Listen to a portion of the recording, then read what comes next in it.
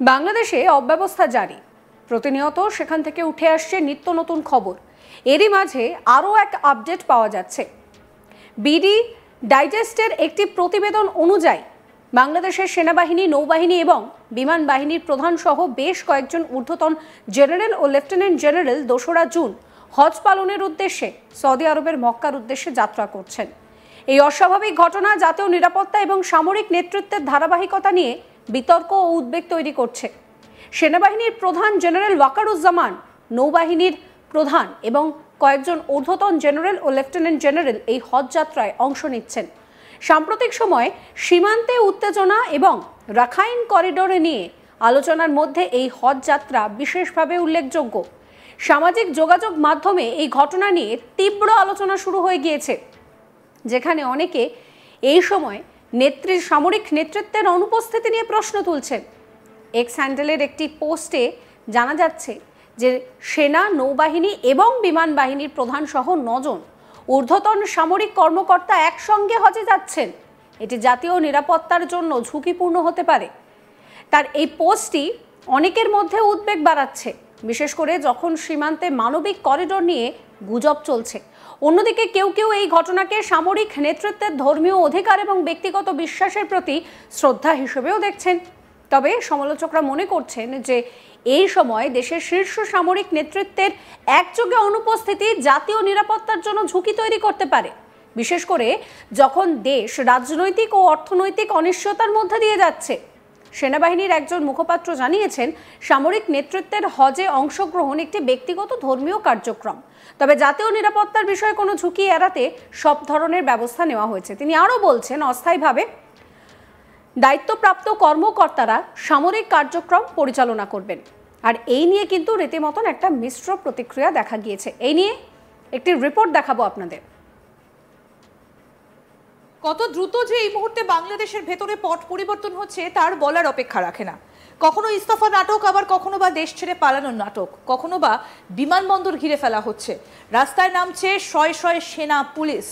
এই ছবিগুলো দেখতে দেখতে আমরা যখনই ভাবছিলাম যে কিছু একটা পরিবর্তন হয়তো বাংলাদেশে ঘটছে, তখনই দেখা গেল যে পরিবর্তন নয়, আবার বড়সড় ঝড় আসতে চলেছে। এবার যেটা ঘটেছে সেটা আরও মারাত্মক। 3 প্রধান, অর্থাৎ বাংলাদেশের সেনাপ্রধান ওয়াকারুজ্জামান, নৌবাহিনীর প্রধান এবং একই সঙ্গে বিমান বাহিনীর প্রধান, এরা 3 জন দেশ ছেড়ে একসঙ্গে দেশের বাইরে যাবার একটা পরিকল্পনা করছিলেন। এবং সূত্র মারফত জানা যাচ্ছিল যে সৌদির প্লেনও নাকি তাদের জন্য রেডি ছিল। এইরকম একাধিক প্রশ্ন উঠে আসছে। তাহলে কোথায় যাচ্ছেন 3 বাহিনীর প্রধান একসঙ্গে? দেশ ছেড়ে পালানোর কি ছক, নাকি অন্য কোনো দেশে তারা যাচ্ছেন, কোনো গোপন রণকৌশল ঠিক করতে তারা যাচ্ছিলেন? ইত্যাদি প্রভৃতি একগুচ্ছ প্রশ্ন যখন ঘিরে ধরছিল, তখন জানা যাচ্ছে যে না, শেষ পর্যন্ত তারা কি আর দেশ থেকে বেরোতে পারলেন? আমরা এই বিষয়ে আরো বিস্তারিত জানবো। বাংলাদেশের বিশিষ্ট সাংবাদিক শাহিদুল হাসান খোকন এই মুহূর্তে আমাদের সঙ্গে রয়েছেন। দাদা, আপনাকে স্বাগত জানাই আজ তাক বাংলায়। এই 3 প্রধান কোথায় যাচ্ছিলেন? ধন্যবাদ ইন্দিরা। আপনি যেমনটি বললেন যে আসলে বাংলাদেশের সামরিক বাহিনীর 3 প্রধান, বিমান, নৌ এবং সেনাবাহিনীর প্রধানগণ, তারা মূলত তাদের একটি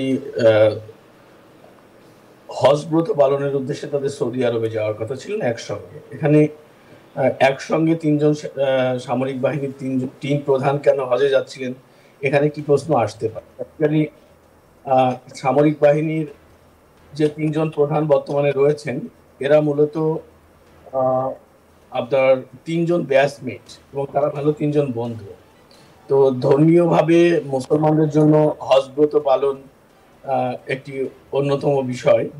তো 3 বন্ধু মিলেই আসলে তারা পূর্ব পরিকল্পনা অনুযায়ী তারা চেয়েছিল যে একসঙ্গে হজ করবেন।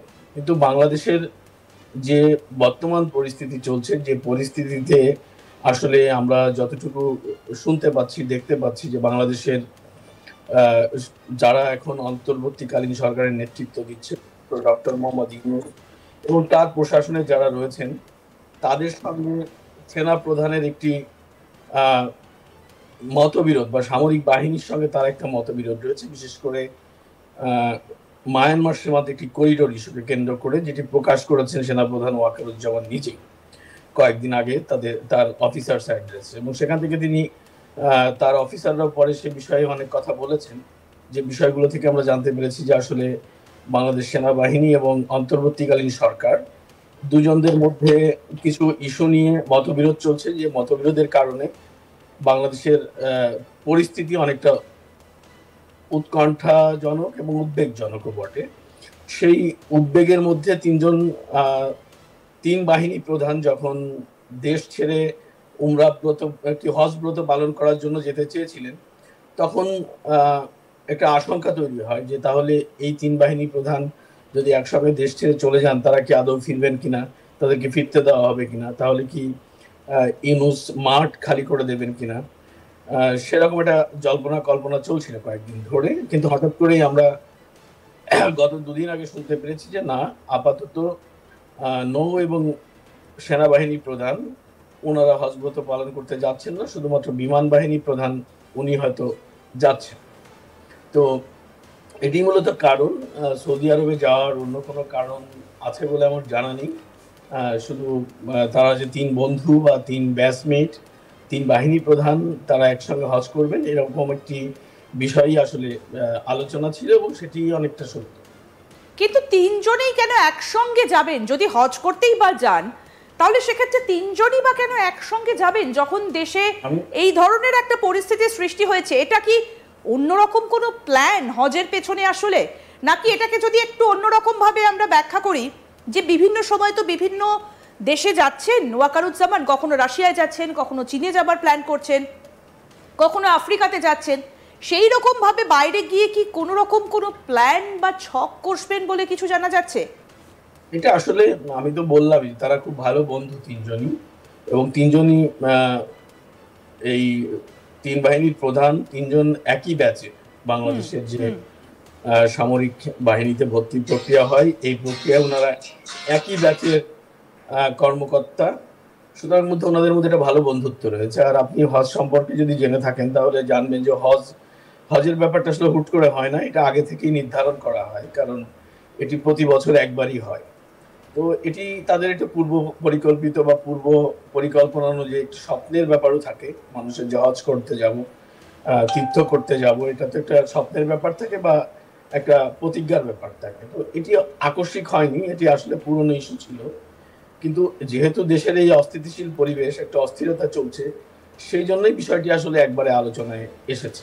এর আগেও অনেক তিন বাহিনীর প্রধান একসঙ্গে হজ করেছেন, সেরকম নজিরও আছে। কিন্তু এই পরিস্থিতি দাঁড়িয়ে, দেশের এই সংকটময় মুহূর্তে দাঁড়িয়ে তিনটি গুরুত্বপূর্ণ বাহিনী প্রধান একসঙ্গে হজ করাটা অনেকের জন্য, অনেকের চোখে রহস্যের জন্ম দিয়েছে। এটাই আসলে বিষয়।